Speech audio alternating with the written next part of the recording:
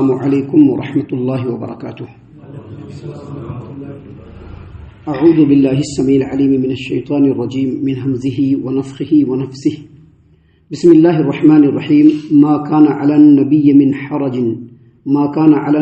من حرج فیما فرض اللہ له سنة اللہ فی الذین خلوا من قبل وکان امر اللہ قدرا مقدورا. الذين يبلغون رسالات الله ويخشونه ولا يخشون احدا الا الله وكفى بالله حسيبا. جو چیزیں اللہ نے اپنے نبی کے لیے مقرر کی ہیں ان میں نبی پر کوئی حرج نہیں ہے. یہی اللہ کا دستور ان لوگوں میں بھی رہا ہے جو پہلے ہوئے اور اللہ کے کام اندازے پر مقرر کیے ہوئے ہیں. یہ سب ایسے تھے جو کہ اللہ کا پیغام اور اللہ کے احکام پہنچایا کرتے تھے اور وہ اللہ سے ہی ڈرتے تھے اور اللہ کے سوا کسی سے نہیں ڈرتے تھے اور اللہ تبارک و تعالی حساب لینے کے لیے کافی ہے. محترم سامعین کرام، سورۃ الاحزاب سورہ نمبر 33 اور اسی سورت سے آیت نمبر 38 39 یعنی 38 اور 39 یہ دو آیات ابھی آپ کے سامنے تلاوت کی گئیں. بفضل اللہ، بعون اللہ، بتوفیق اللہ، دونوں آیتوں کا ترجمہ بھی آپ تمام کی خدمت میں پیش کیا گیا. سامعین کرام، ان دونوں آیتوں کا تعلق پچھلی آیتوں سے ہے اور اس سے پہلے جو آیتیں ہم نے آپ کے سامنے درس قرآن کے اندر پیش کیا تھا ان آیتوں میں ہم نے بتلایا تھا کہ اللہ تبارک و تعالیٰ نے اپنے پیارے حبیب رسول محمد صلی اللہ علیہ وسلم کے اوپر یہ نازل کیا کہ ان کا جو بیٹا منہ بولا بیٹا ہے جس کو زید بن حارثہ کہا جاتا ہے، اس کی شادی جو آپ نے اپنی پھوپھیزاد بہن سے کرائی ہے یہ اللہ تبارک و تعالیٰ کی مرضی اور مشیت کے تحت تھا. لیکن آگے اللہ تبارک و تعالیٰ کی مرضی اور مشیت یہ ہے کہ آپ ایک ایسا قدم اٹھائیں جو رہتی دنیا تک لوگوں کے لیے مثال بنے اور ساتھ ہی ساتھ لوگوں کو یہ پتہ چل جائے کہ جو منہ بولا بیٹا ہوتا ہے اصل میں وہ بیٹا نہیں ہوتا ہے. اللہ نے قرآن کریم میں واضح طور پر فرمایا ہے کہ اگر ان کے باپ دادا کے بارے میں تم کو معلوم نہیں ہو تو تمہارے دینی بھائی ہیں اور دوست ہیں. یعنی کوئی بھی منہ بولا بیٹا اپنا بیٹا نہیں ہو سکتا ہے، وہ تمہارے دینی بھائی اور دوست ہیں. تو یہی حال زید بن حارثہ کا بھی ہے. اگرچہ انہوں نے شادی کر لی ہے زینب بنت جہش رضی اللہ عنہا سے، لیکن اللہ تبارک و تعالیٰ اب ان کو آپ کے ازواج مطہرات میں شامل فرمانا چاہتا ہے. اب نبی کریم صلی اللہ علیہ وسلم کو جب یہ پیغام مل گیا تو آپ صلی اللہ علیہ وسلم دل میں بہت پریشان ہوئے. پریشانی کس بات کی تھی کہ پتہ نہیں لوگ کیا کہیں گے. ادھر منافقین کا مسئلہ ہے، ادھر مکہ کے اندر لوگوں کو پتہ چلے گا تو کہیں گے کہ دیکھو محمد کیا کرتا پھر رہا ہے. مشرکین عرب کو پتہ چلے گا تو وہ نبی کریم صلی اللہ علیہ وسلم پر طنز و تشنیع اٹھائیں گے. لوگ کیا کہیں گے، جیسا کہ آج کل بھی لوگ بولتے ہیں لوگ کیا کہیں گے. لوگوں کا ڈر، لوگوں کا خوف.